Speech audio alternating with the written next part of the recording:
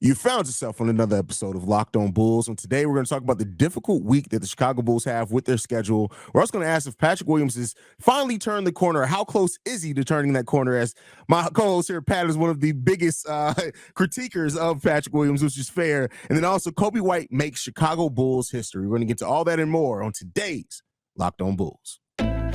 You are Locked On Bulls, your daily podcast on the Chicago Bulls, part of the Locked On Podcast Network, your team every day.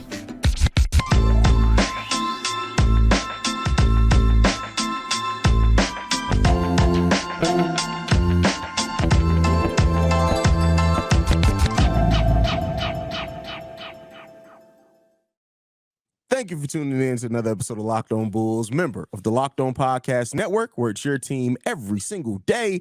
That's Pat the Designer, host and creator of the Windy City Breeze and host of the Chicago Bears podcast over at ESPN 1000. See, my boy gets an ESPN 1000 job. Now he's wearing suits to work. It's crazy. But I'm Haize, host creator of Chicago Bulls and Chicago Bears Central.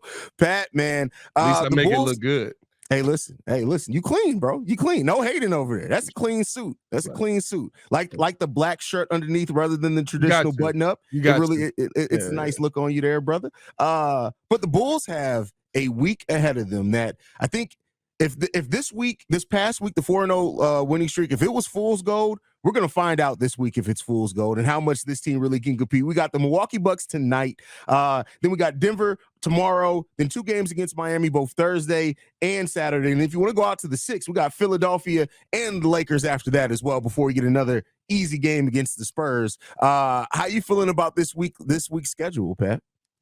I mean, listen, this is what we talked about to start the season off, right? Except we were talking about it in aspects of keeping this team together. Mm-hmm. These are the moments that are going to tell you kind of what team you have, because remember, after Jan 1, it gets a lot easier. So right now, right, this is going to be a big week, I think, in changing the opinions of Chicagoans around the NBA fan bases, right? Because if you can come out of this, in my sense, over the next 4 even, right? Yeah. You're talking about Milwaukee, Denver, Miami.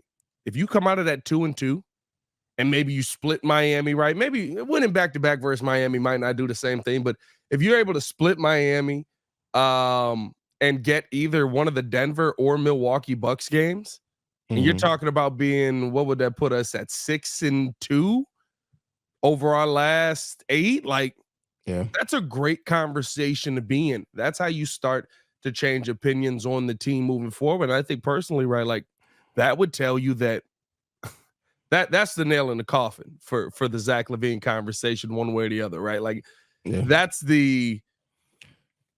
I hate to say it, but it might have been you, right? It's not us, it's you. That's that conversation. Hey, I tell you what, if this team can have can go 3-1 over this week, that's going to be the topic to start next week off. It's going to be, was it actually Zach LaVine? I've been, I'm somebody who I always try to be level-headed. And when people even now up to this point, it's like, oh, it's all Zach. I'm like, well, there are things other than just Zach, and there are basketball reasons why this team is playing better. When 100%. You have to spread out 18 shots now over the remaining players, that gets everybody a couple of more shots. They're more engaged in the game. But I tell you what, if we can, with this schedule we have this week, if we go 3-1 over this, like it at that point, you just got to say it was Zach. Like I hate to say that I'm not that guy, but there's something to be said about that. I mean, the thing is, right, like this could very easily be, you look at the whole week in totality, right? This could be a 1-3 week? Like easily, right? These are teams that are legit. The Denver Nuggets, I don't expect the Chicago Bulls to beat the Denver Nuggets outside of the first game of the season, right? We usually compete pretty well with Denver. I don't remember the last time. Did we win in Denver last year?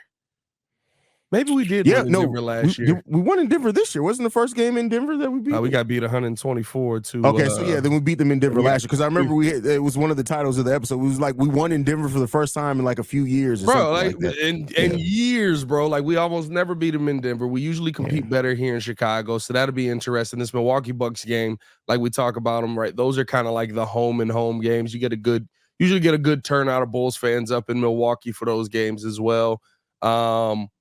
And then going away for 2 games to Miami, like, it's a really tough stretch for the Chicago Bulls, right? Where, all right, now let's see what you're actually made of. I think, right, starting it off, you look at the first Bucks game and you go, well, maybe they surprised the Bucks. Look at the Pelicans game and you're going, well, Zion's got a belly, right? Like, bro, one of my favorite things to see, not even because I like Zion, especially when he's fully healthy and going. Like, I got much love for Zion. But I tell you what, the fat Zion gifs and memes, they get creative on it, bro. I don't even know how do you enlarge somebody that way?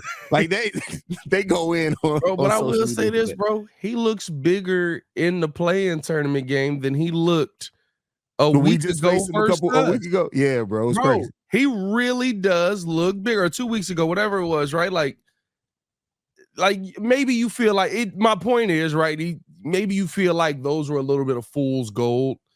You're gonna find out over the next week what this team is actually made of, and if what we're seeing, to me, is real. And if it is, listen, I'll ask you this. Does this week change the trajectory of what the Chicago Bulls maybe look to accomplish this season? And if they're gonna use, right, because there is, I think, where we were trending, that disabled player exception wasn't getting used. Yeah. I mean, I still think this. Like, I don't think that they're going to use not that they won't use it overall, but I don't think they're going to use it to go into the luxury tax. They may offset some salaries so they're still not in luxury tax. But I'll say this. The thing that it changes about the trajectory for me is not even necessarily what AK, because AK's told us they're always going to be a team that's trying to compete. They're going to try to compete, make the playoffs, yeah, 100%. But I think it may change the fans' perception. Those fans that we've talked about that have the perception of, oh, once we trade Zach, that means we're going to go. I mean, you've been telling them. That doesn't mean they're going to blow it all up. That doesn't mean they're going to all of a sudden trying to be bad. Hopefully, if this team does good over this week, it makes them realize it's not coming either way. But hopefully more people come to that realization and just realize what this is going to be in reality. So yeah, and we'll see what it's going to be. I mean, this is going to be an interesting week here. I don't expect any movement to be made, but I mean, this is technically this Thursday or this Friday is the December 15th deadline. This Friday. Yeah, is the December 15th deadline. So maybe we see some movement around the NBA a little bit. Maybe we see Zach LaVine, his name's be brought back up, right? All of a sudden, there's going to be trade value on Zach LaVine again. It's going to be magical. It's crazy. And then like, you already know that's what it's going to be. Well, now I'm interested. I love how also there's no trade value in Zach LaVine, but all we ever see about Zach LaVine is just like trade packages for Zach LaVine. Well, the thing, like that whole no trade value reportedly, I think what that actually meant more so was not the value that the Bulls were necessarily hoping for. Because I just can't, like, we've seen players much worse in much worse situations get moved, bro. Like, yeah. Is this I will say this, right? Is this week, if the Bulls go 2-2, 3-1, whatever it is, does that also hurt Zach LaVine's trade value? Because teams around the NBA literally go, man, he really was making y'all bad. Hey, for the teams that already have questions about Zach LaVine and how he impacts winning, they're out. They're like, hey, we'll trade for him, but that future first that you want, no, we got a couple of young players and some salary filler for you though, but you ain't giving up no first. So it is insane how, like, but I think this speaks to the mindset of AK. It's insane how the Bulls have seemingly, whatever the injury is, if the injury is real or not, I don't know. But I think that Zach will play through it if the trade issue wasn't on the table. How the Bulls are just like, that's okay. We'll take the hit and trade value. We would rather go out here and compete than lose games because of whatever is happening here, and we're not getting the same level of player. That to me speaks volumes about what AK's plan is with this team, what his future is with this team, and on the conversation of, will the Chicago Bulls be a tank team? Well, again, we've been telling people for a while, the tank ain't coming, but let them believe what they gonna believe. Hey man, 3 games back from the 7th seed, baby. We almost there. Hey, bro.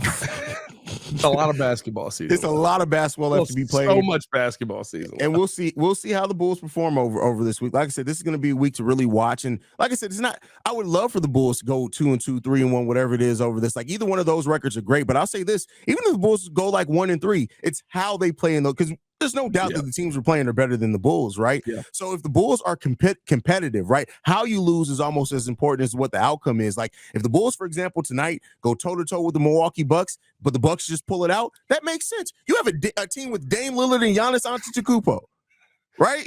Hey, if we beat them a second time. If we beat them a second time, hey, listen, y'all tune in for the live post-game show because we are going to be amp tonight if that happens. It's going to be hype tonight. If we beat them a second time, I'm not going to lie to you. Facts. But with that said, man, before we get into the next topic, in which we're going to be talking about Patrick Williams and ask, has he actually turned a corner? And see what Pat got to say on that one. I got to talk to you guys about one of our sponsors, and that is PrizePicks. PrizePicks is the largest daily fantasy sports platform in North America. We're the easiest and most exciting way to play daily fantasy sports. It's just you against the numbers. Instead of battling thousands of other players, including pros and sharks, you pick more than or less than on 2 to 6 player stat projections and watch the winnings roll in. Quick withdrawals, easy gameplay, and an enormous selection of players and stat types are what make PrizePicks the #1 daily fantasy sports app.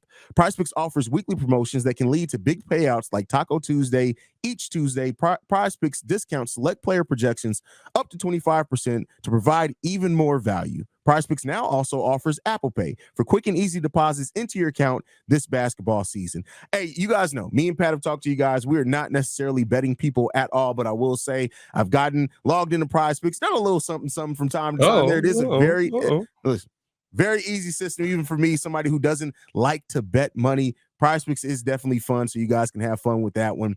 Go to prizepicks.com/LockedOnNBA and use code LockedOnNBA for first deposit match up to $100. That's prizepicks.com/LockedOnNBA and promo code LOCKEDONNBA for first deposit match up to $100. All right, PrizePicks action for you, huh? You know, listen, there's only so much that I can talk about something before I'm like, let me go ahead and just try a little something out, bro. You know, it is what it is. Loses $5. I'm sick of this. I'm done. Oh yeah, facts. I'm done. It doesn't take $2. It doesn't take much, bro. It doesn't take much. With that said, man, talk about it not taking much. I'm sure it's going to take a lot for Pat to think that Patrick Williams has turned the corner, but we're going to go ahead and present that question. Over the last 12 games, basically, Patrick Williams has averaged close to 13-6 almost.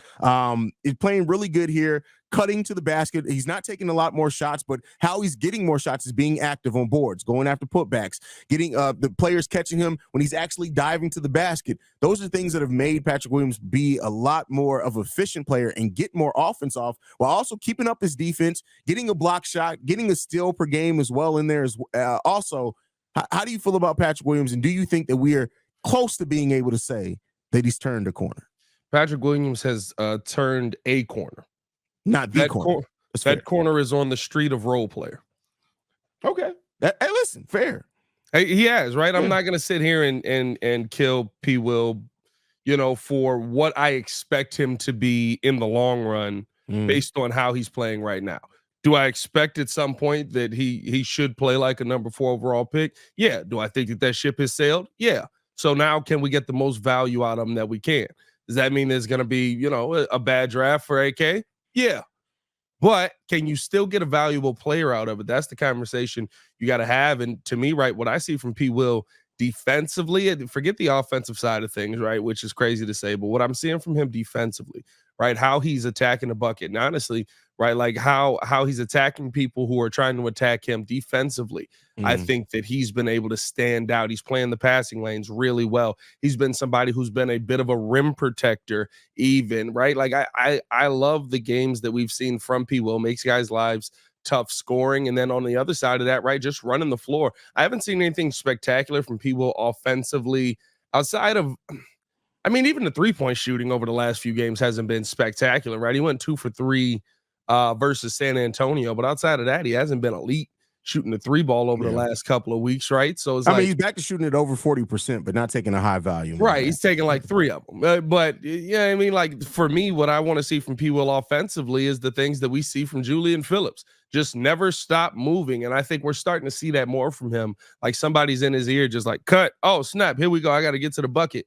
And we're seeing him get 6 to 8 points off of that in a game. Seeing him cut to the to be under the bucket, grab the rebound, either kick it back out or having the confidence to go right back up with it and draw the foul or make the bucket. Like, those are the things that I've wanted to see from P. Will for a long time. I'll tell you what, he's turned the road down role player lane. Maybe we can get him on competent starter avenue. You know what I mean? Once we get him there. I mean, come on, bro. As a fourth option, that's competence. 13 points, 5 rebounds, 1 assist, 1 block, almost 2 assists, which is not as crazy there. That's competent starter level. He just got to do it consistently. I mean, I think more so the issue is that he slid himself back into a fourth spot when literally it was like, hey, it's time. You could take over now. Like, we looking for anybody to go out there. I mean, that's still going to be fourth with Coby White, DeMar Vooch. They're all going to get more shots than Patrick Williams. I mean, I don't know. That's one to me where if you've ever seen it, here's the thing, right? The thing that Coby White did is Coby White saw an opportunity and he took it. No, Zach LaVine ain't out there. Guess who's letting it fly? Yeah, but Coby White also has a natural proclivity to be a scorer, so you would expect him to step in when a score goes down to be more of a scoring option. Hey, an opportunity arose for itself, and I wanted to see P. Will be the one to take that. Yeah, I mean, like, listen, it's not in his personality. It's not who he's going to be. But that's why that when you see those moments open up where you actually get the opportunity to say, right, like, it's not like Billy's not telling him to take shots. And sometimes he's taking shots. He's just not being efficient, different things like that. But those are the moments where it's like, listen, if ever you're going to take over, now's the time for you to take over, because there's this odd changing of the garb and there's more of a willingness from AK to move on from certain pieces if we see younger pieces play, right? Like, let's not get it twisted. The reason Zach LaVine sat in the first place was because AK went, hey, let me see something real quick. Like, you saw one game without Zach LaVine, we beat the Bucks, and he was like, hold on, man. Let me see something real quick. But yeah, I guess I'm more like you don't expect somebody to take over who, hey, it's not just, and nobody's quote unquote taking over. Coby White's still only taking basically the same amount of shots he did to spread it out, and has stepped up in the role as far as being more aggressive. And I think that's the biggest thing for me, for P. Will, is just seeing him be more aggressive and do that consistently, and he's doing that. And all of a sudden he got an attitude too. What's going on with that? Hey, bro. That's throwing me off. We've seen more personality out of P. Will the last 4 games than what we've had the last 3 years, bro. Like, all of a sudden he's just like, hey, man, I don't know, man. I just feel like dunking on somebody's head. What's going on with you, bro? Well, you know what it is? He finally realized, like, hey, if I go and dunk this hard, I don't think people can really stop me. Or if they do, guess what? I'm going to get to the foul line. Hey, ain't made one yet, though. I will tell you that, boy. He ain't dunked on nobody in this whole time. He didn't try. He dunked on somebody in the Spurs game. Shohan was there. It was the up and under dunk you did. Shohan was in the building. Come on now. We know what we talking. P. Will be coming through the lane ready to kill somebody. That mug. He had one. I swear he had one. I want to say it might have still been the Spurs game, maybe the game before that, where he came through and the ball just went up. I don't know how. I don't know if it hit the rim. I don't know. I don't know how it happened, but he tried to dunk or so it got the foul call. The ball just went straight up in the air. I was like, he also dunked on Collins in the Spurs game. I just had to go look at the replay. He dunked on Collins. He dunked on Collins. Why don't I remember this? Yes, and listen, if you saw this picture real quick, it wasn't one of those sideways dunks. We're talking about head on. He dunked on Collins. Hold on now. Let me see. We're doing this live on the pod right now. Yeah, I mean, hey, I'm gonna tell you this. You definitely can't just put in P. Will, Zach Collins and think it's gonna go. Hey, didn't even pull up the highlight. All right, don't worry about it. Listen, he gave Collins some work. I got to give P. Will credit for that one. Hold on, I got a screen grab from it. I'll put up here for you real quick. Give me 1 second on that one. Let's see. We got screen grabs in this. Listen. You know what? This is a high level production around here, bro. He dunked on Collins. Oh yeah, that's body to body right there. Yeah, I was about to say that's a dunk. He dunked on Collins there, brother. Why don't I remember that? I was drinking that night. Yes, you were, because you're still trying to cope with no live call. I'm struggling right now, bro. You know what I mean? I'm dealing with some things right now. And it's not going well. That's all I'm gonna say. It's not going well. Oh, is that not? No, that's it. All right. Okay. I don't know. Cool. Yeah, see. Good job. Good job. Get that man some credit, bro. Yeah, do something, P. Will. Hey, good job. You're 6'8" and could jump out the gym. You finally didn't he dunk on Giannis too in the first game against the Bucks? I think he dunked on Giannis. I think it was a sideways dunk, but I think he dunked on Giannis. He might have got him with the side joint. I don't think it was a body to body. You know who always dunks on Giannis and it throws me off every time? Ayo. Bro, it's like he sees Giannis and be like, one too. It's not like he yamming body to body, but it's like, boop, let me get that in there real quick. Let me go ahead and get that off real quick. But yeah.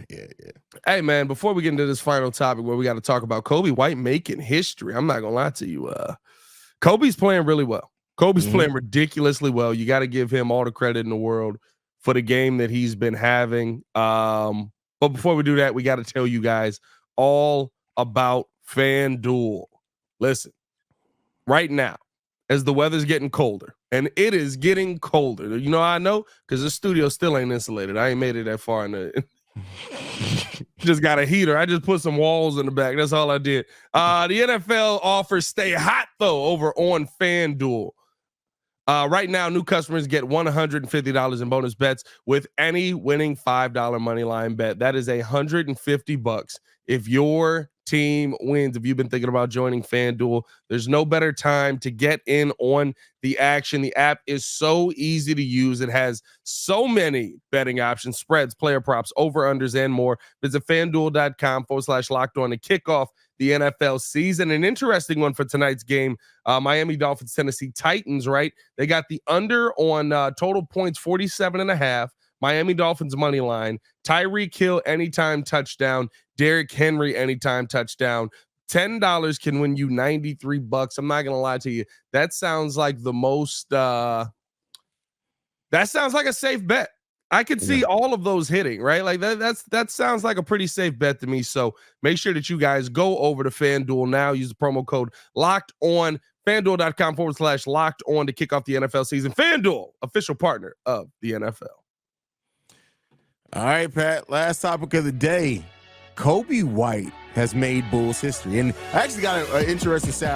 I want to see if you can guess this. But before we talk about the guesswork that I want you to do, Patrick Williams, Coby White has now scored 47 3-pointers over the last 10 games, which is a Chicago Bulls record over any 10-game stretch. Does that surprise you at all? No, I'm not gonna lie to you. I think he was in the running for it before, and he went through a slump. Like I think he's been close to this before, if I'm not mistaken. Because like remember that hot start with Zach LaVine, like when they both were cooking. Now, what I do think is impressive is he's knocking them down. Oh, when we were doing the sweet life of Zach and Kobe. The sweet life of Zach and Kobe. Yeah, like that's what I'm saying. Like it was like 30-point games every week. His head coach from UNC was in there. It was craziness going on, pandemonium, catch chasing dogs. But I look at. Nothing surprises me with Kobe on the offensive end. I knew he was a scorer coming out of UNC. I knew what he can do with the basketball in his hands. The question is consistency. The thing that gets me the most excited about the Coby White we're seeing right now is consistency in the starting lineup where teams are starting to go, hey, this dude can shoot. Don't leave him open. Yeah. And that's what he talked about coming into the season was consistency. The thing that I wanted you to guess, where do you think Coby White ranks on the all-time three-pointers made list for the Chicago Bulls? Let's see if you can guess this. I'm going to say he's got to be 6th right now. That's your final answer? That's my final answer. He's 5th. Close enough. He's 5th. Yeah, we don't have a lot of three-point shooters, dog. Like Kirk Heinrich was leading the way. Kirk Heinrich's number 1. Do you want to guess the top? Do you want to guess the rest of the top 5? So you know Kirk Heinrich number 1, Kobe number 5. You want to guess the rest of the top 5? Let me get Zach LaVine. He's number 2. It's got to be all recent players because none of the 90s Bulls took threes. I put one on there. Just let me get Pax only took 2 a game, like 1 a game, not even 2 a game. Let me get BJ. Is BJ on there? BJ's not even in the top 20. Yeah, no, he's in the top 20, but he's 19. Yeah, I didn't think so. Like they didn't. Like John Paxson in our minds, he's this 3-point shooter. There is a 90s player on there, though. Is there a 90s player on there? Jordan? Got to be Jordan, right? Jordan's number 6, right below Kobe. That's crazy. No, that's the lead. That should have been the title topic. Coby White passes Michael Jordan.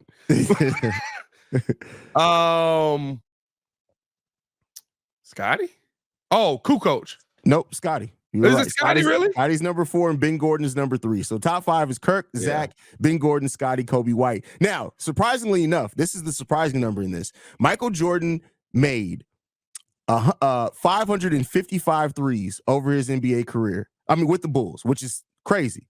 Right. Coby White in just 5 seasons, less than half of that, has made 628 total threes. Yeah. Coby White on the stretch that he's on right now, if he continues this for a whole season, which you doubt it, it's history for a reason. But he can move into number 3. The number 3 is Ben Gordon with 770. Coby White's with 628 right now. Coby White can become the 3rd all-time three-pointers made, top 3 in Bulls history in this season. Yep. And keep in mind, this is somebody who we're talking about the last 2 seasons before this, horrible shooting seasons for Coby White. Listen, there's not a lot of 3-point shooters in our. It's like centers. That's true. Right? It's like quarterbacks for the Bears. Like quarterbacks for the Bears as well. Like, it's just not a lot of them in our history, bro. Like Michael Jordan's the greatest shooting guard for the Chicago Bulls of all time by far. And he took less than 2. He took less than 2,000 threes for his career. No, he took less than 2 3-pointers a game, but I'm just saying less than 2,000. He only took 1,670 for his career. He said, we're seeing players take more than that in 3 years now. Bro, Michael Jordan said, "Why I'm shooting these threes when I can yam it on your head?" I don't know, man. Like Hey, there's also another Bull in the top 20 that's currently on this team as far as 3-pointers made. Do you want to know who that is? We already know Zach Coby on this team that's currently top 20 in 3-pointers made.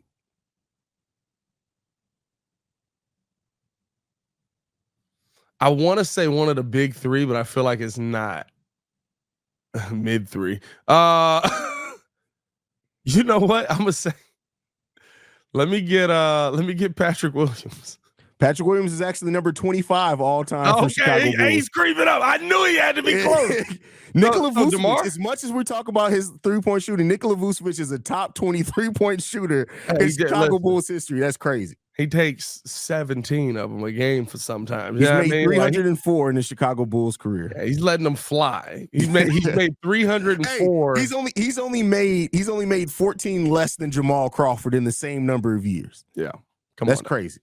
That's wild. Different NBA, bro. That's why I say I'm sitting here trying to build this team like the Bulls in the 90s. Like, all right, calm down now. Yeah, you start building that team with Michael Jordan. That's how you start building that team. You find the next Michael Jordan, you'll be able to build that team. Exactly. That's interesting, bro. We definitely dropped the ball on the title topic on this one, I must say. I mean, listen, that's a bit of a clickbaity thing, though. Like, absolutely. But it is true. And you will now run over to Chicago Bulls Central and change the title on your video. I'm not. There you go. I'm not.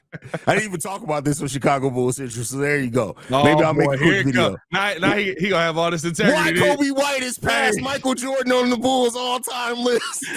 He gonna have all this integrity until he record that video later. Nah, never, bro. I never make videos like that, but I won't lie. Let me throw that to the Kayak boys. They may go ahead and throw it up there. Hey, I'm gonna do it. Go ahead and send us out of here, bro. Hey, man, follow us on everything at Locked On Bulls. You can follow me on everything at Pat The Designer. Appreciate you guys for showing love and rocking with us, man. Absolutely. You can follow us. Follow me at CEO Haize. Make sure you guys check us out on every podcasting app and platform of your choice, as well as YouTube and the Odyssey app for Pat The Designer. This has been Locked On Bulls, and we out of here. Peace, y'all. Peace. Oh, yeah, I'm definitely going to use that. That's a layup. That's a layup.